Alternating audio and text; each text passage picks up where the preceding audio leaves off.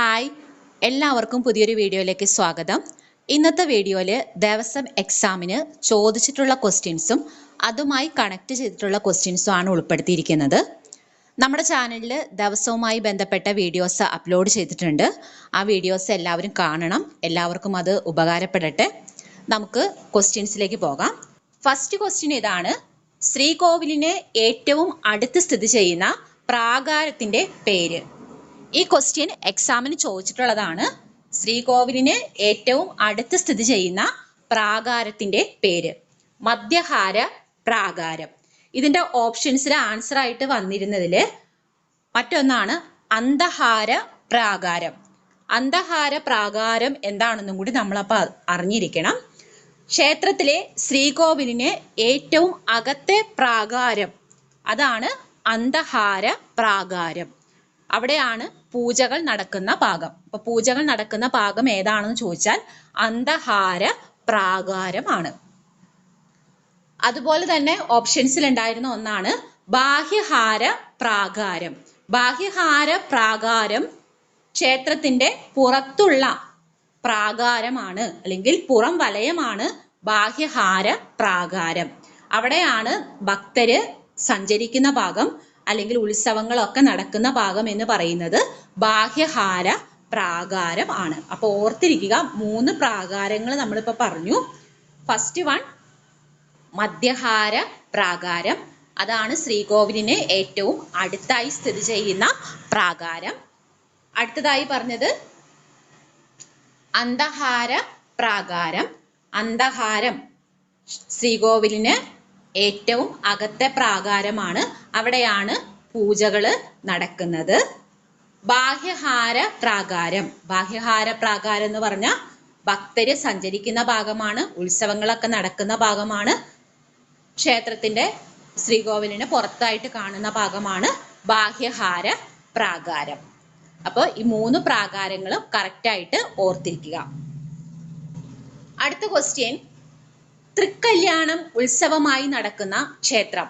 തൃക്കല്യാണം ഉത്സവമായി നടക്കുന്ന ക്ഷേത്രം കൊല്ലം ജില്ലയിലുള്ള ആര്യങ്കാവ് ശാസ്താ ക്ഷേത്രമാണ് തൃക്കല്യാണം ഉത്സവമായി നടക്കുന്ന ക്ഷേത്രം. അടുത്ത ക്വസ്റ്റ്യൻ: ദക്ഷയാഗം നടന്ന ഭൂമി എന്നറിയപ്പെടുന്നത്. കൊട്ടിയൂർ ആണ്, കണ്ണൂർ ജില്ലയിലാണ്. കൊട്ടിയൂരാണ് ദക്ഷയാഗം നടന്ന ഭൂമി എന്ന് അറിയപ്പെടുന്നത്. അടുത്ത ക്വസ്റ്റ്യൻ: മഹാവിഷ്ണുവിന്റെ ഗദയുടെ പേര്. മഹാവിഷ്ണുവിന്റെ ഗദയുടെ പേരാണ് കൗമോദകി. കൗമോദകി എന്നാണ് മഹാവിഷ്ണുവിന്റെ ഗദയുടെ പേര്. അടുത്ത ക്വസ്റ്റ്യൻ: ക്ഷേത്ര പുരുഷ സങ്കല്പത്തിൽ മണ്ഡപത്തിന്റെ സ്ഥാനം. ക്ഷേത്ര പുരുഷ സങ്കല്പത്തിൽ മണ്ഡപത്തിന്റെ സ്ഥാനം. മണ്ഡപത്തിന്റെ സ്ഥാനം ഉദരമാണ്. ക്ഷേത്ര പുരുഷ സങ്കല്പത്തിൽ മണ്ഡപത്തിന്റെ സ്ഥാനം ഉദരം ആണ്. ക്ഷേത്രത്തിലെ ഗോപുരം മനുഷ്യ ശരീരത്തിലെ ഏത് ഭാഗവുമായി ബന്ധപ്പെട്ടിരിക്കുന്നു? ക്ഷേത്രത്തിലെ ഗോപുരം മനുഷ്യ ശരീരത്തിലെ ഏത് ഭാഗവുമായി ബന്ധപ്പെട്ടിരിക്കുന്നു? ആൻസർ ആയിട്ട് വരുന്നത് പാദം. ഈ ക്വസ്റ്റ്യൻസ് എല്ലാം തന്നെ വളരെ ഇമ്പോർട്ടൻ്റ് ആയിട്ടുള്ള ക്വസ്റ്റ്യൻസ് ആണ്, ഓർത്തിരിക്കുക. അടുത്ത ക്വസ്റ്റ്യൻ: ശ്രീ കുരുമ്പ എന്നറിയപ്പെടുന്ന ദേവീക്ഷേത്രം. ശ്രീ കുരുമ്പ എന്നറിയപ്പെടുന്ന ദേവീക്ഷേത്രം കൊടുങ്ങല്ലൂർ ദേവീക്ഷേത്രമാണ്. കൊടുങ്ങല്ലൂർ ദേവീക്ഷേത്രം. അവിടെയാണ് കാവ് തീണ്ടൽ എന്ന് പറയുന്ന ചടങ്ങ് നടക്കുന്നത്. കൊടുങ്ങല്ലൂർ ഭരണിയോട് അനുബന്ധിച്ച് കാവ് തീണ്ടൽ എന്തുമായി ബന്ധപ്പെട്ടതാണ്? കൊടുങ്ങല്ലൂർ ഭരണിയുമായി ബന്ധപ്പെട്ടതാണ് കാവ് തീണ്ടൽ. അടുത്ത ക്വസ്റ്റ്യൻ: ദൈവദശകം രചിച്ചത് ആര്? ദൈവദശകം രചിച്ചത് ശ്രീനാരായണ ഗുരുവാണ്. ശ്രീനാരായണ ഗുരുവാണ് ദൈവദശകം രചിച്ചത്. യോഗശാസ്ത്രം രചിച്ചത് ആര്?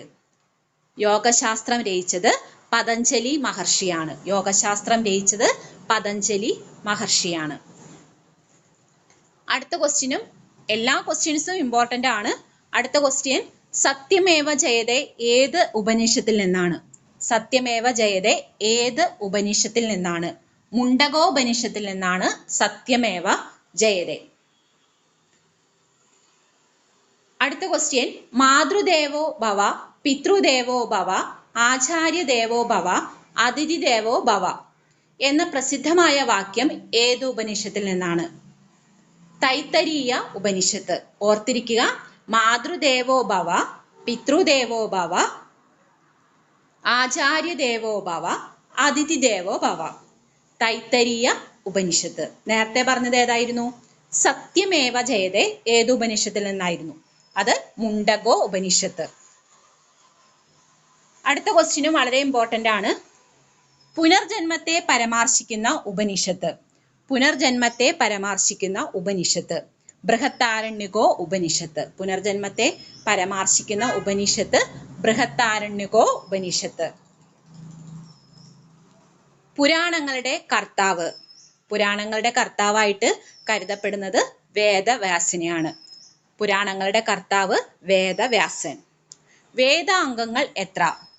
6 വേദാംഗങ്ങൾ. വേദാംഗങ്ങൾ 6. അത് ചോദിച്ചിട്ടുണ്ട് എക്സാമിന്, വേദാംഗങ്ങൾ എത്രയാണെന്ന്. എല്ലാ ക്വസ്റ്റ്യൻസും ഇമ്പോർട്ടൻ്റ് ആണ്. വേദാംഗങ്ങൾ എത്ര? 6 വേദാംഗങ്ങൾ. ഏതൊക്കെയാണെന്ന് ഓർത്തിരിക്കുക. ജ്യോതിഷം, കൽപ്പം, നിരുക്തം, ശിക്ഷ, വ്യാകരണം, ഛന്ദസ്. അപ്പൊ ഇതിനകത്ത് ഉൾപ്പെടാത്തത് ഏതാന്നൊക്കെ ആയിരിക്കും ചോദിക്കുന്നത്. 3 തന്നിട്ട് ഒരെണ്ണം വേറെ ഏതെങ്കിലും ഒരെണ്ണം തരും. അപ്പൊ നമുക്കത് അറിഞ്ഞിരിക്കണം വേദാംഗങ്ങൾ ഏതൊക്കെയാണെന്നുള്ളത്. ജ്യോതിഷം, കൽപ്പം, നിരുക്തം, ശിക്ഷ, വ്യാകരണം, ഛന്ദസ്. ഇതിനകത്ത് ഇതുമായി കണക്ട് ചെയ്തിട്ട് ഒരു ക്വസ്റ്റ്യൻ ഇത് കൂടാതെയും ചോദിച്ചിട്ടുണ്ട്. ഇതുപോലെയും ചോദിക്കാം. അതായത് എന്താണ് വേദാംഗങ്ങൾ എത്ര എണ്ണം ഉണ്ടെന്നുള്ളത് ചോദിക്കാം. അതുപോലെ ഇതിനകത്ത് 3 തന്നിട്ട് ഒരെണ്ണം വേറെ ആയിട്ട് ചോദിക്കാം. അതുകൂടാതെ ഒരു ക്വസ്റ്റ്യൻ ആണ് കാലവിധാന ശാസ്ത്രം എന്നറിയപ്പെടുന്ന വേദാംഗം ഏതാണെന്നുള്ളത്. അത് എക്സാമിന് ചോദിച്ചിട്ടുണ്ട്. കാലവിധാന ശാസ്ത്രം എന്നറിയപ്പെടുന്ന വേദാംഗം ഏതാണെന്നുള്ളത്. ജ്യോതിഷമാണ് കാലവിധാന ശാസ്ത്രം എന്നറിയപ്പെടുന്ന വേദാംഗം. അത് ഓർത്തിരിക്കുക. അടുത്ത ക്വസ്റ്റ്യൻ ഭക്തിയുടെ ഭേദങ്ങൾ എത്ര എണ്ണമാണെന്നുള്ളതാണ്. 9 ഭക്തിയുടെ ഭേദങ്ങളായിട്ട് വരുന്നത്. ശ്രവണം, കീർത്തനം, സ്മരണം, പാദസേവനം, അർച്ചന, വന്ദനം, ദാസ്യം, സഖ്യം, ആത്മനിവേദനം. ഇതാണ് ആ 9. ഓർത്തിരിക്കുക. ഭക്തിയുടെ ഭേദങ്ങൾ എത്ര? 9 ഉള്ളത്. ശ്രവണം, കീർത്തനം, സ്മരണം, പാദസേവനം, അർച്ചന, വന്ദനം, ദാസ്യം, സഖ്യം, ആത്മനിവേദനം. അടുത്ത ക്വസ്റ്റ്യൻ വളരെ ഇമ്പോർട്ടൻ്റ് ആണ്. നിലത്ത് സാധാരണ വയ്ക്കാത്ത ക്ഷേത്രവാദ്യം. നമ്മൾ ക്ഷേത്രങ്ങളിലൊക്കെ പോകുമ്പോൾ അവിടെ തൂക്കിയിട്ടിരിക്കുന്നത് കാണാൻ പറ്റും. അത് നിലത്ത് വയ്ക്കില്ല. അതാണ് ഇടയ്ക്ക. ഇടയ്ക്ക നിലത്ത് വയ്ക്കാത്ത ക്ഷേത്രവാദ്യമാണ്. ഇടയ്ക്ക അവിടെ ക്ഷേത്രങ്ങളിലൊക്കെ ചെന്ന് കഴിയുമ്പോൾ അവിടെ തൂക്കിയായിരിക്കും ഇട്ടിരിക്കുന്നത്. ഇടയ്ക്കയ്ക്ക് വേറൊരു പ്രത്യേകതയും കൂടിയുണ്ട്. സോപാന സംഗീതത്തിൽ ഉപയോഗിക്കുന്ന ദേവവാദ്യം ഏതാണെന്നുള്ളൊരു ക്വസ്റ്റ്യനും ചോദിക്കാറുണ്ട്. ഇടയ്ക്കയാണ് സോപാന സംഗീതത്തിൽ ഉപയോഗിക്കുന്ന ദേവവാദ്യം. അടുത്തത് നമുക്കറിയാം ഉത്സവം. ക്ഷേത്രങ്ങളിലെ ഉത്സവത്തിന് കൊടിയേറാറുണ്ട്. എത്ര ദിവസമാണ് കുറഞ്ഞത്? ഉത്സവത്തിന് കൊടിയേറി ഉത്സവത്തിന് ഏറ്റവും കുറഞ്ഞ ദിവസം 10 ദിവസമാണ്. അത് ക്വസ്റ്റ്യൻ ആയിട്ട് ചോദിച്ചിട്ടുണ്ട്. അടുത്ത ക്വസ്റ്റ്യൻ പുരാണങ്ങളുടെ എണ്ണമാണ്. 18 പുരാണങ്ങളാണ് ഉള്ളത്. ഈ 18 പുരാണങ്ങളില് ബ്രഹ്മപുരാണത്തെ അറിയപ്പെടുന്നത് ആദി പുരാണം എന്നാണ്. സ്കന്ദപുരാണത്തെ അറിയപ്പെടുന്നത് ബൃഹത്തായ പുരാണം എന്നാണ്. സ്കന്ദപുരാണമാണ് ബൃഹത്തായ പുരാണം. അതുപോലെ വരാഹ പുരാണമുണ്ട്. വരാഹ പുരാണം എന്ന് പറയുന്നത് വിഷ്ണു ഭഗവാന്റെയും ഭൂമിയുടെയും സംഭാഷണ രൂപത്തിൽ എഴുതിയിരിക്കുന്ന പുരാണമാണ്. വിഷ്ണു ഭഗവാന്റെയും ഭൂമിയുടെയും സംഭാഷണ രൂപത്തിൽ എഴുതിയിരിക്കുന്ന പുരാണമാണ് വരാഹ പുരാണം. അടുത്ത ക്വസ്റ്റ്യൻ കേരളത്തിലെ ഏക പരശുരാമ ക്ഷേത്രമായ തിരുവല്ലം ശ്രീ പരശുരാമസ്വാമി ക്ഷേത്രം സ്ഥിതി ചെയ്യുന്ന ജില്ല. തിരുവനന്തപുരം ജില്ലയിലാണ്. കരമനയാറിന്റെ തീരത്ത് സ്ഥിതി ചെയ്യുന്ന ക്ഷേത്രമാണ് തിരുവല്ലം ശ്രീ പരശുരാമ സ്വാമി ക്ഷേത്രം. ഇന്ത്യയിലെ ഏക ഭരത ക്ഷേത്രമാണ് കൂടൽമാണിക്യ ക്ഷേത്രം ഇരിങ്ങാലക്കുട. ഇരിങ്ങാലക്കുടയിലുള്ള കൂടൽമാണിക്യ ക്ഷേത്രമാണ് ഇന്ത്യയിലെ ഏക ഭരത ക്ഷേത്രം. അടുത്ത ക്വസ്റ്റ്യൻ കേരളത്തിലെ ഏറ്റവും വലിയ സുബ്രഹ്മണ്യ സ്വാമി ക്ഷേത്രമായ ഹരിപ്പാട് ശ്രീ സുബ്രഹ്മണ്യ സ്വാമി ക്ഷേത്രം തെക്കൻ പഴനി എന്നും അറിയപ്പെടുന്നു. ഈ ക്ഷേത്രം സ്ഥിതി ചെയ്യുന്ന ജില്ല ആലപ്പുഴ ജില്ലയാണ്.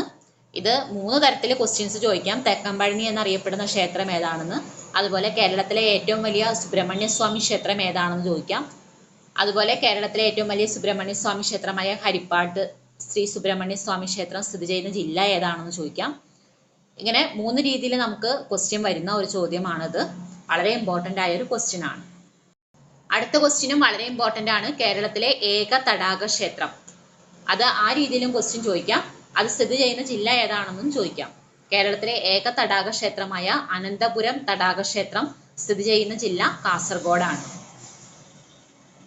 അടുത്ത ക്വസ്റ്റ്യൻ, ശ്രീ ചിത്ര തിരുനാൾ മഹാരാജാവാണ് ക്ഷേത്രപ്രവേശന വിളംബരം നടത്തിയത് നമുക്ക് എല്ലാവർക്കും അറിയാം. അദ്ദേഹം ക്ഷേത്രപ്രവേശന വിളംബരം നടത്തിയ വർഷം ഓർത്തിരിക്കുക, 1936 നവംബർ 12. അത് വളരെ ഇമ്പോർട്ടൻ്റ് ആയ ഒരു ക്വസ്റ്റ്യൻ ആണ്.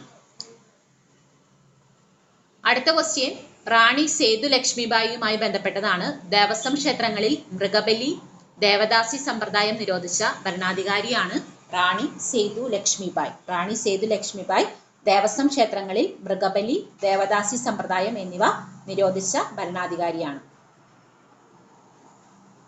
അടുത്ത ക്വസ്റ്റ്യൻ, നമ്മളിപ്പോൾ നോക്കിയത് റാണി സേതു ലക്ഷ്മിബായി ആണ്. അടുത്ത ക്വസ്റ്റ്യൻ റാണി ഗൗരി ലക്ഷ്മിബായി ആണ്. ദേവസ്വങ്ങളുടെ ഭരണം സർക്കാർ ഏറ്റെടുത്തത് റാണി ഗൗരി ലക്ഷ്മിബായിയുടെ കാലത്താണ്. ദേവസ്വങ്ങളുടെ ഭരണം സർക്കാർ ഏറ്റെടുത്തത് ആരുടെ കാലത്താണെന്ന് ചോദിക്കാം. റാണി ഗൗരി ലക്ഷ്മിബായിയുടെ കാലത്താണ് ദേവസ്വങ്ങളുടെ ഭരണം സർക്കാർ ഏറ്റെടുത്തത്. അടുത്ത ക്വസ്റ്റ്യൻ വളരെ ഇമ്പോർട്ടൻ്റ് ആയ ഒരു ക്വസ്റ്റ്യൻ ആണ്.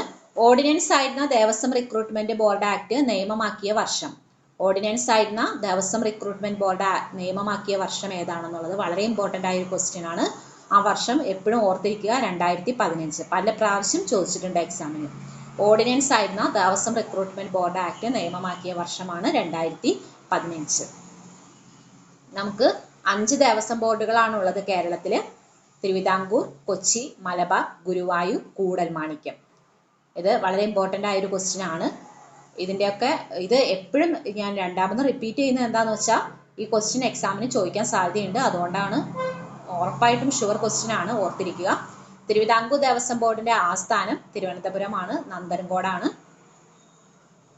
കൊച്ചിൻ ദേവസ്വം ബോർഡിന്റെ ആസ്ഥാനം തൃശ്ശൂരാണ്. മലബാർ ദേവസ്വം ബോർഡിന്റെ ആസ്ഥാനം കോഴിക്കോടാണ്.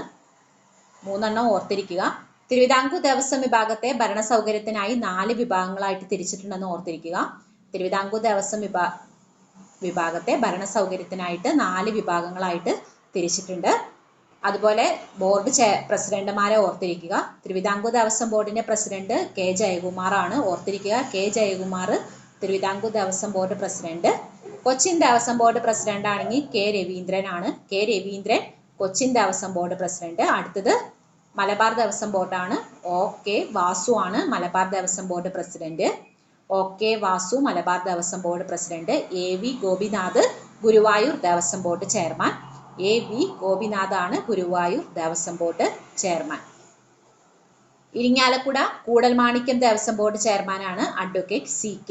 Gopi. Advocate C.K. Gopi Irinjalakuda Koodalmanikyam Devaswom board chairman. അടുത്ത ക്വസ്റ്റ്യൻ വളരെ ഇമ്പോർട്ടൻ്റ് ആണ്.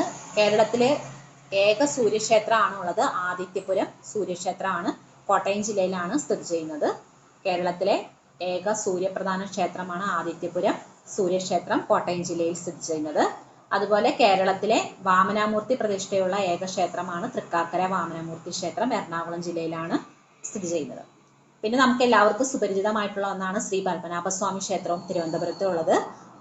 അതുമായി ബന്ധപ്പെട്ട ക്വസ്റ്റ്യൻസ് വളരെ ഇമ്പോർട്ടൻ്റ് ആണ്. തൃപ്പടിദാനം നടത്തിയ ക്ഷേത്രമാണ് ശ്രീ പത്മനാഭസ്വാമി ക്ഷേത്രം. അത് മാർത്താണ്ഡവർമ്മ മഹാരാജാവാണ് തൃപ്പടിദാനം നടത്തിയതെന്ന് ഓർത്തിരിക്കുക. നമുക്ക് ആ രീതിയിലൊക്കെ ക്വസ്റ്റ്യൻസ് അവിടെ ചോദിക്കാം. അടുത്ത ക്വസ്റ്റ്യൻ ഗുരുവായൂർ ക്ഷേത്രവുമായി ബന്ധപ്പെട്ടതാണ്. ഗുരുവായൂർ ക്ഷേത്രം നമുക്കറിയാം തൃശ്ശൂർ ജില്ലയിലാണ് സ്ഥിതി ചെയ്യുന്നത്. ചെമ്പൈ സംഗീതോത്സവമൊക്കെ നടക്കുന്നത് ഗുരുവായൂർ ക്ഷേത്രത്തിലാണ്. അതുപോലെ നാരായണീയം, ജ്ഞാനപ്പാന എന്നീ പ്രശസ്തമായിട്ടുള്ള ഭക്തികാവ്യങ്ങളൊക്കെ രചിക്കപ്പെട്ടത് ഗുരുവായൂർ ശ്രീകൃഷ്ണസ്വാമി ക്ഷേത്രത്തിൽ വച്ചാണെന്നുള്ളതും ഓർത്തിരിക്കുക. ഇതിൽ നാരായണീയം എന്ന് പറയുന്നത് ഗുരുവായൂരപ്പനോടുള്ള പ്രാർത്ഥനയും കൂടിയാണ്. നാരായണീയം മേൽപ്പത്തൂർ നാരായണ ഭട്ടതിരിപ്പാട് രചിച്ചതാണ് നാരായണീയം. അത് ഓർത്തിരിക്കുക. അടുത്തതായിട്ട് ജ്ഞാനപ്പാന പൂന്താനത്തിന്റെ ആണ്. പൂന്താനത്തിനെ ഭക്തകവി എന്നും കൂടിയാണ് അറിയപ്പെടുന്നതെന്ന് ഓർത്തിരിക്കുക. അത് രണ്ടും വളരെ ഇമ്പോർട്ടൻ്റ് ആണ്. അപ്പോൾ ഗുരുവായൂരപ്പനോടുള്ള പ്രസിദ്ധമായ പ്രാർത്ഥനയാണ് നാരായണീയം. നാരായണീയം രചിച്ചത് മേൽപ്പത്തൂർ ഭട്ടതിരിപ്പാടാണ്.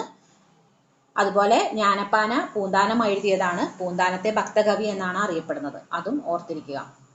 അതുപോലെ മറ്റു കൃതികളാണ് ശ്രീകൃഷ്ണ കർണാമൃതം. വില്ലമംഗലം സ്വാമിയാർ രചിച്ചതാണ് ശ്രീകൃഷ്ണ കർണാമൃതം. കൃഷ്ണഗാഥ ചെറുശ്ശേരിയാണ് രചിച്ചത്.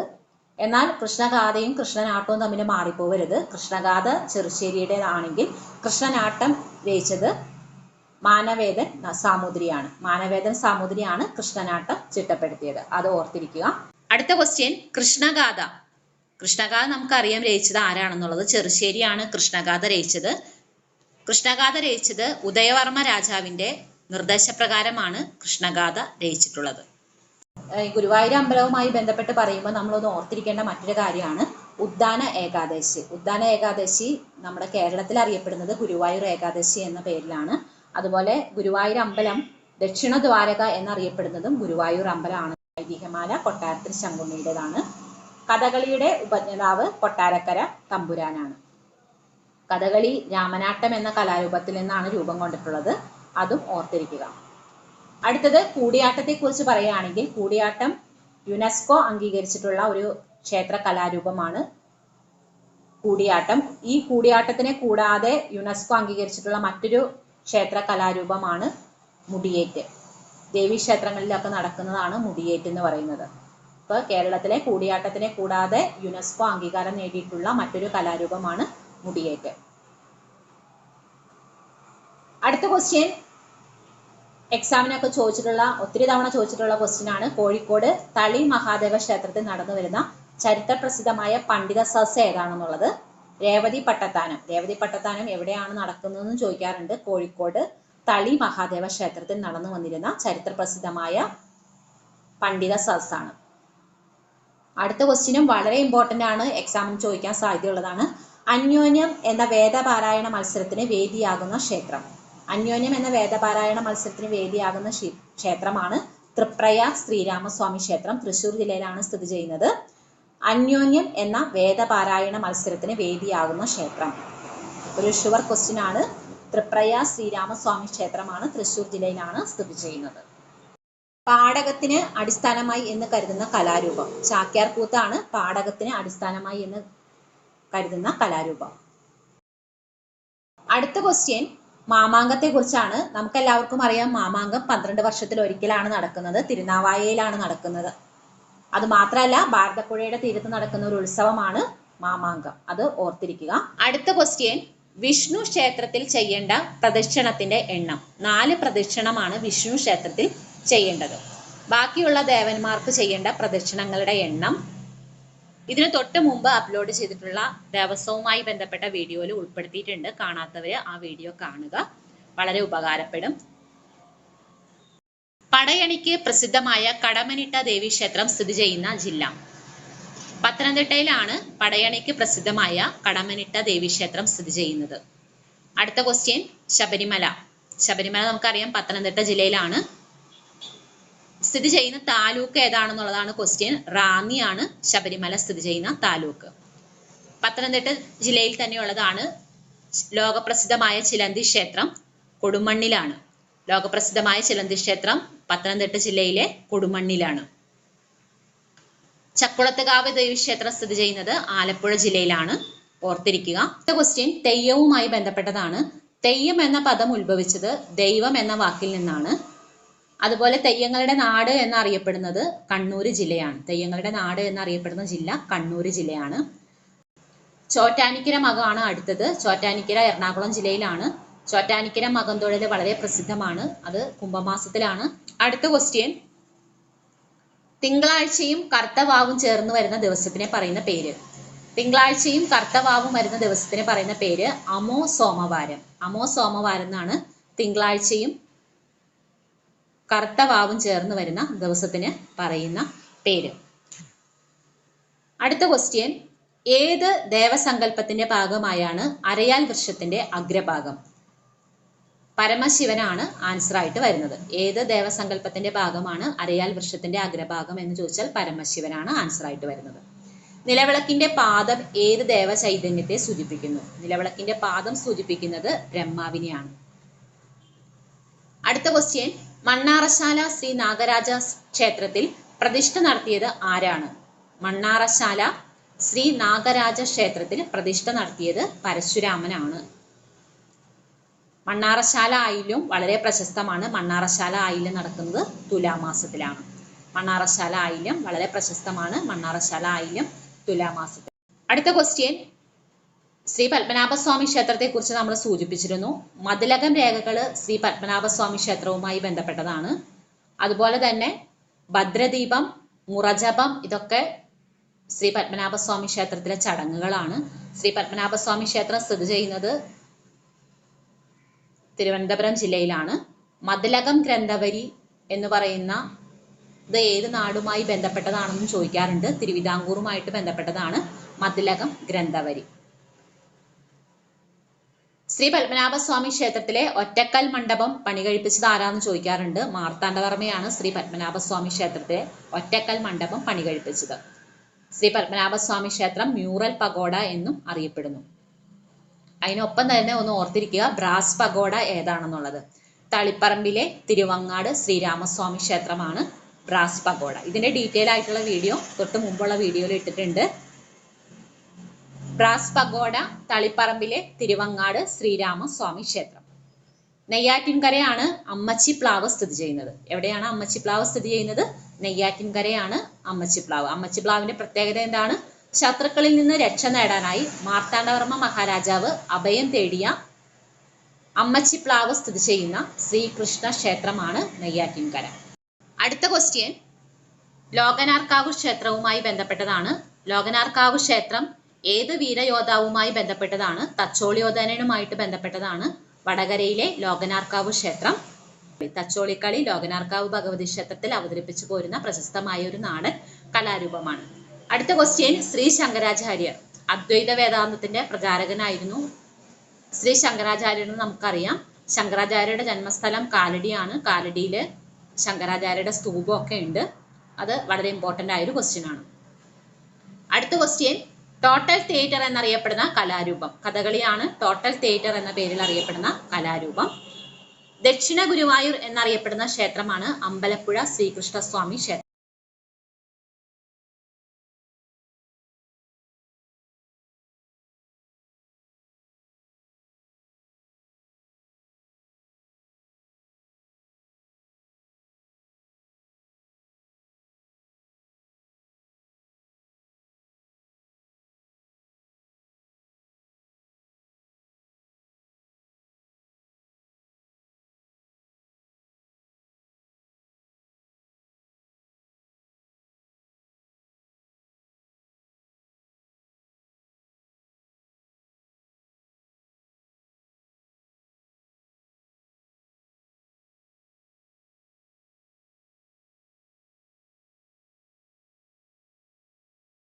അടുത്ത ക്വസ്റ്റ്യൻ, ക്ഷേത്രസങ്കല്പം എന്നത് ഏത് ശാസ്ത്രത്തെയാണ് അടിസ്ഥാനപ്പെടുത്തിയിരിക്കുന്നത്? തന്ത്രശാസ്ത്രത്തെ അടിസ്ഥാനപ്പെടുത്തിയിട്ടുള്ളതാണ് ക്ഷേത്രസങ്കല്പം. തന്ത്രശാസ്ത്രത്തിന്റെ രചയിതാവ് ചെന്നാസ് നാരായണ നമ്പൂതിരിപ്പാടാണ്. വളരെ ഇമ്പോർട്ടന്റ് ആയ ക്വസ്റ്റ്യൻ ആണ്. തന്ത്രശാസ്ത്രത്തിന്റെ രചയിതാവ് ചെന്നാസ് നാരായണ നമ്പൂതിരിപ്പാട്. അടുത്ത ക്വസ്റ്റ്യൻ രാമായണത്തെ കുറിച്ചാണ്. രാമായണത്തിലെ കാണ്ഡങ്ങളുടെ എണ്ണമാണ്. രാമായണത്തിലെ 7 കാണ്ഡങ്ങളാണുള്ളത്. നമുക്കറിയാം വാൽമീകി മഹർഷിയാണ് രാമായണം രചിച്ചത്. ആദികാവ്യം എന്ന് തന്നെ അറിയപ്പെടുന്നത് രാമായണമാണ്. അതുപോലെ വാൽമീകി മഹർഷിയുടെ ആദ്യകാല പേര് എന്താണെന്ന് ചോദിക്കാൻ ചിലപ്പോൾ. രത്നാകരൻ എന്നാണ് വാൽമീകി മഹർഷിയുടെ ആദ്യകാലത്തെ പേര്. അതും ഓർത്തിരിക്കുക. വാൽമീകിക്ക് രാമകഥ ഉപദേശിച്ചു കൊടുത്തത് ആരാണെന്നുള്ളത് നാരദ മഹർഷിയാണ് വാൽമീകിക്ക് രാമകഥ ഉപദേശിച്ചു കൊടുത്തത്. അതും ഓർത്തിരിക്കുക. നാരദ മഹർഷിയാണ് വാൽമീകിക്ക് രാമകഥ ഉപദേശിച്ചു കൊടുത്തത്. അടുത്ത ക്വസ്റ്റ്യൻ മഹാഭാരതവുമായി ബന്ധപ്പെട്ടതാണ്. മഹാഭാരതം രചിച്ചത് ആരാണ്? നമുക്ക് എല്ലാവർക്കും അറിയാം, വേദവ്യാസനാണ്. മഹാഭാരതത്തിലെ 18 പർവ്വങ്ങളാണുള്ളത്. ഇതിനകത്ത് 12ാമത്തെ പർവ്വം വളരെ ഇമ്പോർട്ടന്റ് ആണ്, ഓർത്തിരിക്കുക. 12ാം പർവ്വമാണ് ഏറ്റവും വലിയ പർവ്വം. അത് എക്സാമിന് ചോദിക്കാൻ സാധ്യതയുള്ള വളരെ ഇമ്പോർട്ടന്റ് ആയ ക്വസ്റ്റ്യൻ ആണ്. 12ാം പർവ്വമാണ് മഹാഭാരതത്തിലെ ഏറ്റവും വലിയ പർവ്വം. അതുപോലെ തന്നെ വളരെ ഇമ്പോർട്ടൻ്റ് ആയ ഒരു ക്വസ്റ്റ്യൻ ആണ്. നമുക്കറിയാം മഹാഭാരതത്തിന്റെ ഭാഗമായിട്ട് വരുന്നതാണ് ഭഗവത്ഗീത. അപ്പൊ അത് എടുത്തു ചോദിക്കാറുണ്ട്. ഭഗവത്ഗീത ഏത് ഗ്രന്ഥത്തിന്റെ ഭാഗമായിട്ടാണ് വരുന്നതെന്നുള്ളത്. മഹാഭാരതം അത് മാത്രമല്ല അത് ഏത് പർവ്വത്തിലാണ് വരുന്നതെന്നും കൂടി ചോദിക്കാറുണ്ട്. ഭീഷ്മ പർവ്വത്തിലാണ് മഹാഭാരതത്തിലെ ഭഗവത്ഗീത വരുന്നത്. മഹാഭാരതത്തിലെ ഭീഷ്മ പർവ്വത്തിലാണ് ഭഗവത്ഗീത ഉൾപ്പെടുത്തിയിരിക്കുന്നതെന്ന് വളരെ ഇമ്പോർട്ടൻ്റ് ആയ ഒരു ക്വസ്റ്റ്യൻ ആണ്. അത് ഓർത്തിരിക്കുക. അടുത്ത ക്വസ്റ്റ്യൻ മഹാവിഷ്ണുവിനെ കുറിച്ചാണ്. മഹാവിഷ്ണുവിന് നമുക്കറിയാം 10 അവതാരങ്ങളുണ്ട്. അതിൽ 9ാമത്തെ അവതാരമാണ് ശ്രീകൃഷ്ണ ഭഗവാൻ. അത് ഓർത്തിരിക്കുക. അവിടെ നിന്ന് തന്നെ നമുക്ക് വേറൊരു ക്വസ്റ്റ്യനും കൂടി ഓർത്തിരിക്കണം. ശ്രീകൃഷ്ണന്റെ ശംഖിന്റെ പേര് എന്താണെന്നുള്ളത്. ശ്രീകൃഷ്ണന്റെ ശംഖിന്റെ പേര് പാഞ്ചജന്യം എന്നാണ്. ശ്രീകൃഷ്ണന്റെ ശംഖിന്റെ പേര് പാഞ്ചജന്യം എന്നാണ് ശ്രീകൃഷ്ണന്റെ ശംഖിന്റെ പേര്. അത് ഓർത്തിരിക്കുക. അടുത്ത ക്വസ്റ്റ്യൻ ഏത് ദേവസങ്കല്പത്തിന്റെ ഭാഗമായാണ് അരയാൽ വൃക്ഷത്തിന്റെ അഗ്രഭാഗം? പരമശിവന്റെ ആണ് അരയാൽ വൃക്ഷത്തിന്റെ അഗ്രഭാഗമായിട്ട് കണക്കാക്കുന്നത്. അടുത്ത ക്വസ്റ്റ്യൻ ഗർഭഗ്രഹം എന്ന പേരിൽ അറിയപ്പെടുന്ന ക്ഷേത്രഭാഗം. ഗർഭഗ്രഹം എന്ന പേരിൽ അറിയപ്പെടുന്നത് ശ്രീകോവിലാണ്. ഗർഭഗ്രഹം എന്ന പേരിൽ അറിയപ്പെടുന്നത് ശ്രീകോവിലാണ്. ക്ഷേത്രത്തിലെ യാഗശാല മനുഷ്യ ശരീരത്തിലെ ഏതു ഭാഗവുമായി ബന്ധപ്പെട്ടിരിക്കുന്നു? നാഡികളുമായിട്ടാണ് ബന്ധപ്പെട്ടിരിക്കുന്നത്. ക്ഷേത്രത്തിലെ യാഗശാല നാഡികളുമായിട്ടാണ് ബന്ധപ്പെട്ടിരിക്കുന്നത്. ക്ഷേത്രത്തിലെ ദീപങ്ങൾ മനുഷ്യ ശരീരത്തിലെ ഏത് ഭാഗവുമായി ബന്ധപ്പെട്ടിരിക്കുന്നു? പഞ്ചേന്ദ്രിയങ്ങളുമായിട്ട് ബന്ധപ്പെട്ടിരിക്കുന്നതാണ് ക്ഷേത്രത്തിലെ ദീപങ്ങൾ. ക്ഷേത്രത്തിലെ ദീപങ്ങൾ പഞ്ചേന്ദ്രിയങ്ങളുമായിട്ടാണ് ബന്ധപ്പെട്ടിരിക്കുന്നത്. ഈ ശരീരം തന്നെയാണ് ക്ഷേത്രം എന്ന് പറയുന്ന ഗ്രന്ഥം. ഭഗവത്ഗീതയാണ് ഈ ശരീരം തന്നെയാണ് ക്ഷേത്രം എന്ന് പറയുന്ന ഗ്രന്ഥം. ഭാരതത്തിലെ ആദ്യം നട തുറക്കുന്ന ക്ഷേത്രം ഏതാണ്? തിരുവാർപ്പ് ശ്രീകൃഷ്ണ ക്ഷേത്രമാണ് ഭാരതത്തിലെ ആദ്യം നട തുറക്കുന്ന ക്ഷേത്രം. അടുത്ത ക്വസ്റ്റ്യൻ വളരെ ഇമ്പോർട്ടന്റ് ആണ്. എക്സാമിൽ ചോദിച്ചിട്ടുണ്ട്.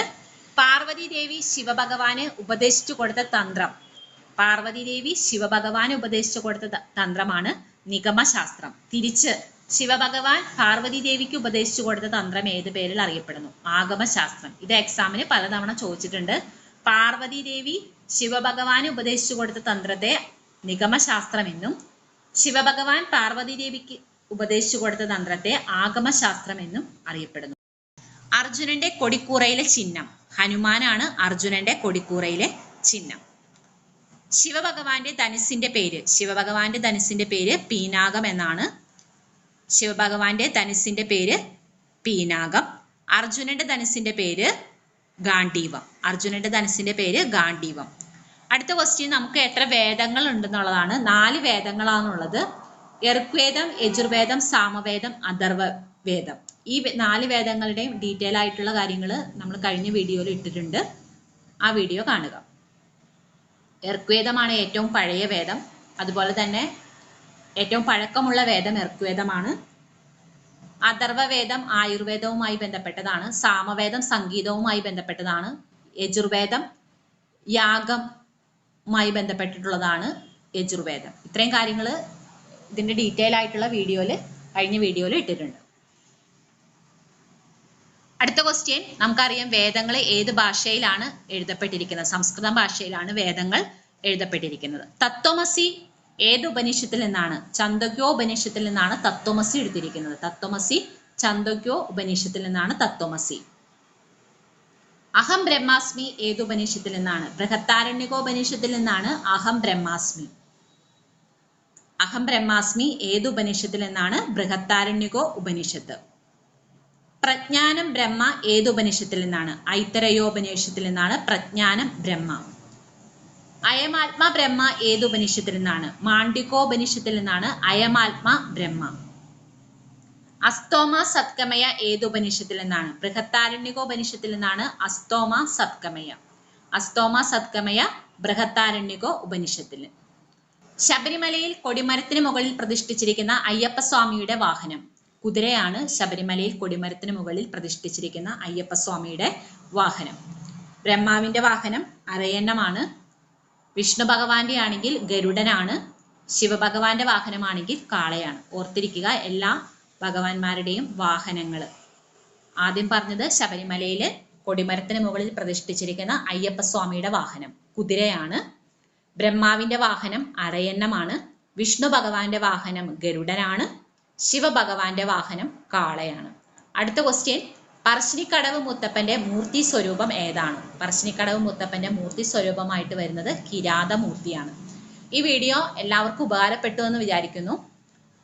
നിങ്ങളുടെ അഭിപ്രായങ്ങളും അതുപോലെ തന്നെ ഈ വീഡിയോയിൽ ഉൾപ്പെടുത്താത്ത ക്വസ്റ്റ്യൻസും കമന്റ് ബോക്സിൽ രേഖപ്പെടുത്തുകയാണെങ്കിൽ എല്ലാവർക്കും ഉപകാരപ്പെടും.